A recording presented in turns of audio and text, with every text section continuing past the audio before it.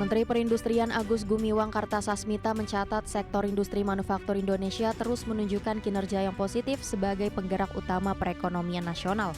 Berdasarkan data Badan Pusat Statistik, kinerja sektor industri manufaktur atau industri pengolahan non-migas nasional tercatat mengalami pertumbuhan mencapai 5,17% atau meningkat 92,16 triliun menjadi 1.875 triliun sepanjang triwulan 1 hingga 3 tahun 2025.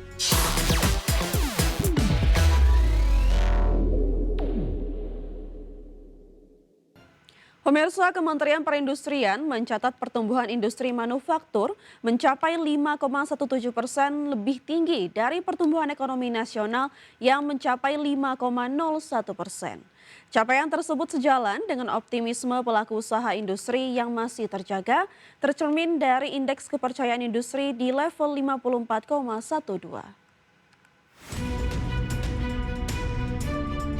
Menteri Perindustrian Agus Gumiwang Kartasasmita mencatat sektor industri manufaktur Indonesia terus menunjukkan kinerja yang positif sebagai penggerak utama perekonomian nasional.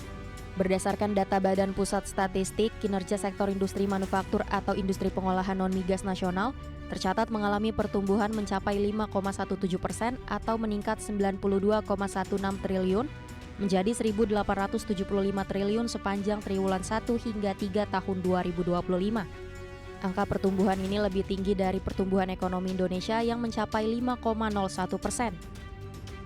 Selain itu, kontribusi industri manufaktur terhadap PDB nasional pada triwulan 1 hingga 3 tahun 2025 sebesar 17,27%, 3.051 triliun. Capaian ini didukung oleh kontribusi investasi industri manufaktur sebesar 552 triliun atau 38% terhadap total investasi nasional pada triwulan 1 hingga 3 tahun 2025. Di mana sepanjang tahun 2025 tercatat ekspor manufaktur sebesar 227,10 miliar dolar Amerika atau 80,27% dari total nilai ekspor nasional. Ini sudah disesuaikan dengan rilis BPS kemarin, angkanya sudah. Ya. Yang lain-lain saya kira kita bisa melaporkan bahwa optimisme dari pelaku usaha mudah-mudahan sejalan dengan apa yang tadi disampaikan oleh Ketua Umum Pak Edi. Agus menambahkan capaian tersebut sejalan dengan optimisme pelaku usaha industri yang masih terjaga yang tercermin dari indeks kepercayaan industri bulan Januari 2026 yang berada pada level 54,12. Sementara Purchasing Manager Index atau PMI manufaktur bulan Januari 2026 yang juga meningkat ke level 52,6 menandakan berlanjutnya ekspansi aktivitas manufaktur nasional.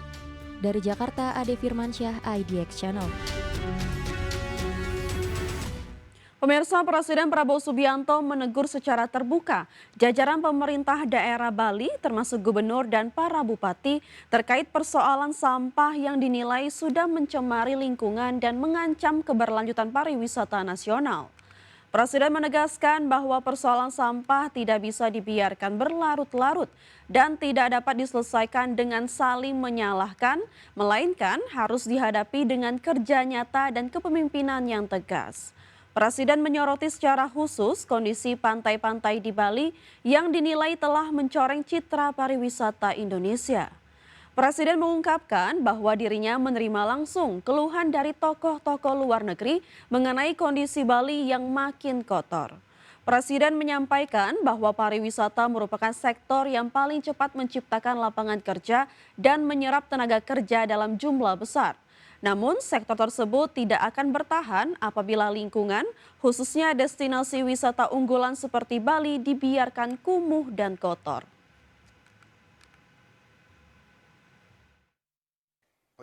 Penyelesaian masalah sampah, kita perlu kerjasama antara pemerintah pusat dan pemerintah daerah. Tapi kita tidak boleh menunggu. Karena itu, bila perlu, demi kepentingan rakyat, pemerintah pusat yang akan memimpin. Dia ngomong ke saya. Dia bilang, Your Excellency, I just came from Bali. Oh, Bali is so dirty now. Bali not nice. apa, tapi saya terima itu sebagai koreksi. Ya. Ini kita harus atasi bersama. Ini maaf ya, gubernur, bupati-bupati dari Bali ini real loh. Bali bulan Desember 2025. Ini pantai Bali. Badan Pusat Statistik mencatat jumlah wisatawan mancanegara yang berkunjung ke Indonesia di sepanjang tahun 2025 menembus lebih dari 15 juta orang. Berdasarkan kebangsaan, wisman terbanyak berasal dari Malaysia, disusul Singapura dan Australia. Badan Pusat Statistik mencatat jumlah wisatawan mancanegara yang berkunjung ke Indonesia sepanjang 2025 menembus lebih dari 15 juta orang, tertinggi sejak 2020. Angka tersebut mencapai target pemerintah di kisaran 14,6 hingga 16 juta kunjungan. Namun jumlah wisman yang berkunjung ke Indonesia pada 2025 masih belum melampaui total wisman sebelum masa pandemi COVID-19. Tercatat jumlah wisman pada 2019 mencapai 16,11 juta kunjungan. Berdasarkan kebangsaan, kunjungan wisman terbanyak berasal dari Malaysia 17,3%, disusul Singapura 14,5% dan Australia 11%.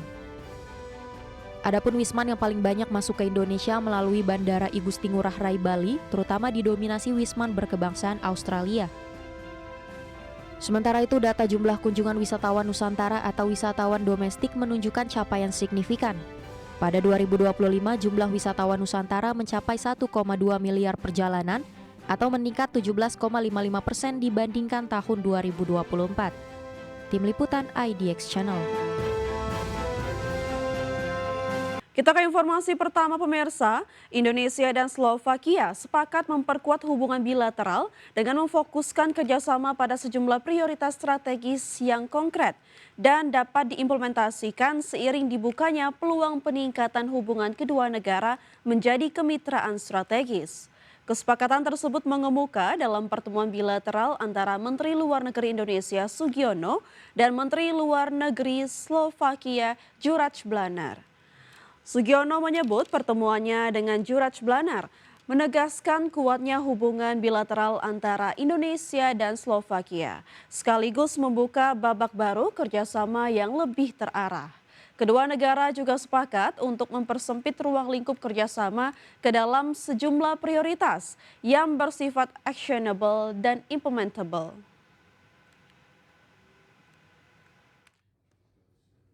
Langkah awal Indonesia dan Slovakia menandatangani perjanjian pembebasan visa bagi pemegang saham paspor diplomatik dan dinas.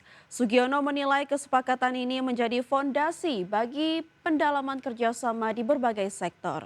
Dalam bidang ekonomi dan riset, Menlu Sugiono menyoroti keberhasilan kolaborasi antara Universitas Andalas dan tim riset Universitas Slovakia dalam mengembangkan varietas gandum yang cocok untuk iklim tropis. Kerjasama ini diakui memiliki nilai strategis bagi ketahanan pangan Indonesia.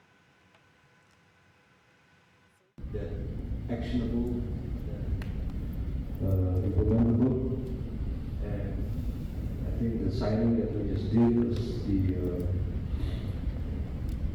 opening phase of a further and deeper cooperation that we will see in the future.